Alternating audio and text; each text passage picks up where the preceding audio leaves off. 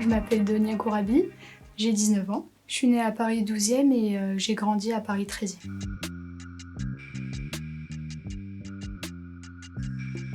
Avant, j'étais un peu garçon manqué. J'aimais bien le sport, j'étais pas trop dans l'école jusqu'à maintenant où j'ai pris vraiment conscience que l'école c'était important.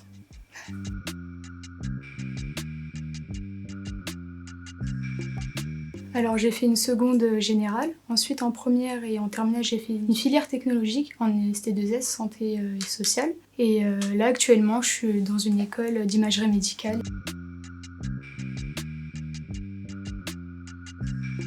J'espère exercer en tant que manipulatrice radio, je ferai des scanners, des IRM et des radios.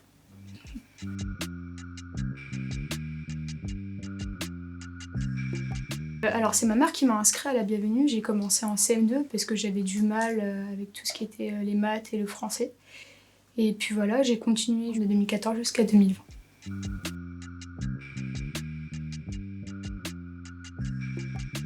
Au début j'étais un peu réticente à l'association Bienvenue parce que je comprenais pas pourquoi ma mère m'y avait inscrit. Certes j'avais des difficultés mais je voyais pas l'intérêt de m'inscrire dans une association. Et là maintenant on m'a accueillie avec les bras ouverts du coup. Ouais.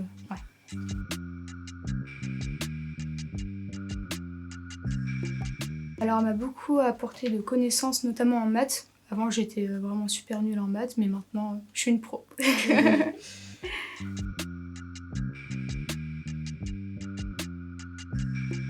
J'étais avec une personne qui m'a beaucoup aidée pendant mes 5 dernières années quand même.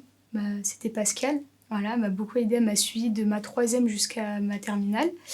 Et on lisait des passages de livres et on commentait un peu cette partie-là et on s'exerçait sur les nouveaux mots. On prenait des mots dans le dictionnaire, on regardait un peu les définitions, quoi, juste pour se cultiver quoi, un peu dans le français.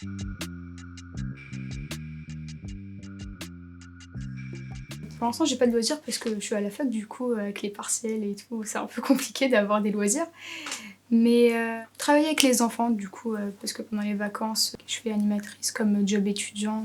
La directrice avec laquelle je travaille m'a donné l'opportunité de créer des projets pour les enfants et du coup, je reprends un peu les thèmes tels que les liens entre chaque enfant, chaque personne, qu'il faut s'entraider et qu'il faut pas s'arrêter à la première difficulté et vraiment creuser pour pouvoir réussir. Du coup, on a des petits groupes de parole en fait. On se pose comme ça tous ensemble et chaque enfant me dit quelle difficulté il a eu la semaine dernière et ensuite on débat sur ça et on parle un peu pour trouver comment combattre cette difficulté.